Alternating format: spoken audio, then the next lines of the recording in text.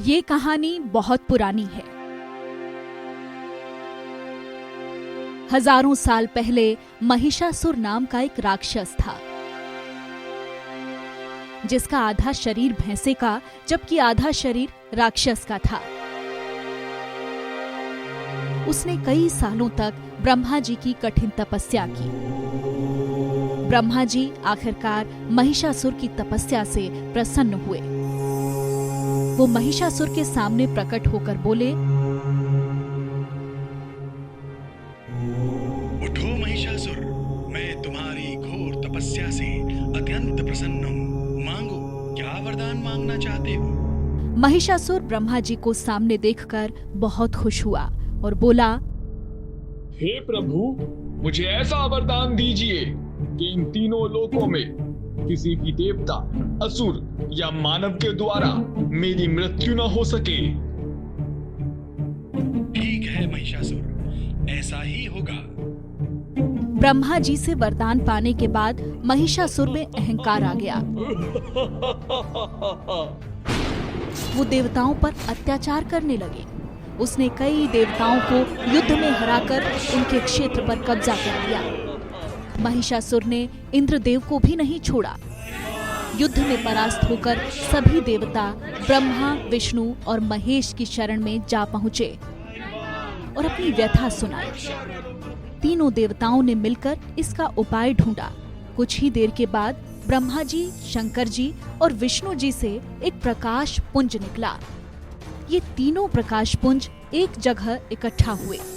इन तीनों प्रकाश पुंज के मिलन से एक सुंदर देवी का निर्माण हुआ। इसी देवी को सारी दुनिया आदि शक्ति माँ दुर्गा के नाम से जानती है। सभी देवताओं ने माँ दुर्गा को अलग अलग अस्त्र शस्त्र से सुसज्जित किया। शंख, चक्र, गदा, त्रिशूल, धनुष बाण जैसे शस्त्रों को धारण कर माँ दुर्गा महिषासुर की नगरी को चल दी। जैसे ही महिषासुर को माँ दुर्गा के बारे में सूचना मिली, वो माँ दुर्गा से मिलने के लिए बेताब हो उठा। वो माँ दुर्गा के सामने पहुंचा और उनके सामने शादी का प्रस्ताव रखा। माँ दुर्गा ने कहा, हे महिषासुर, मुझसे युद्ध करो। अगर तुमने मुझसे ये युद्ध जीत लिया तो मैं तुमसे अवश्य विवाह करूंगी। मैं युद्ध करने के लिए तैयार हूँ। महिषासुर और माँ दुर्गा के बीच युद्ध शुरू हुआ। महिषासुर काम, क्रोध, मोह, लोभ के अधीन हो चुका था। उसका विवेक नष्ट हो चुका था।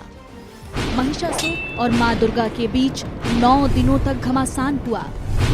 दोनों तरफ से खूब शस्त्र बरसे। माँ दुर्गा स्वयं आदि शक्ति का अवतार थी। उन्होंने महिषासुर के हर शस्त्र प्रहार को नाकाम कर दिया।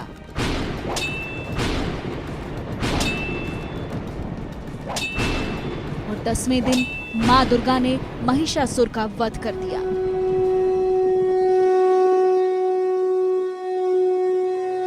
इस तरह देवताओं की रक्षा हुई और महिषासुर का अंत।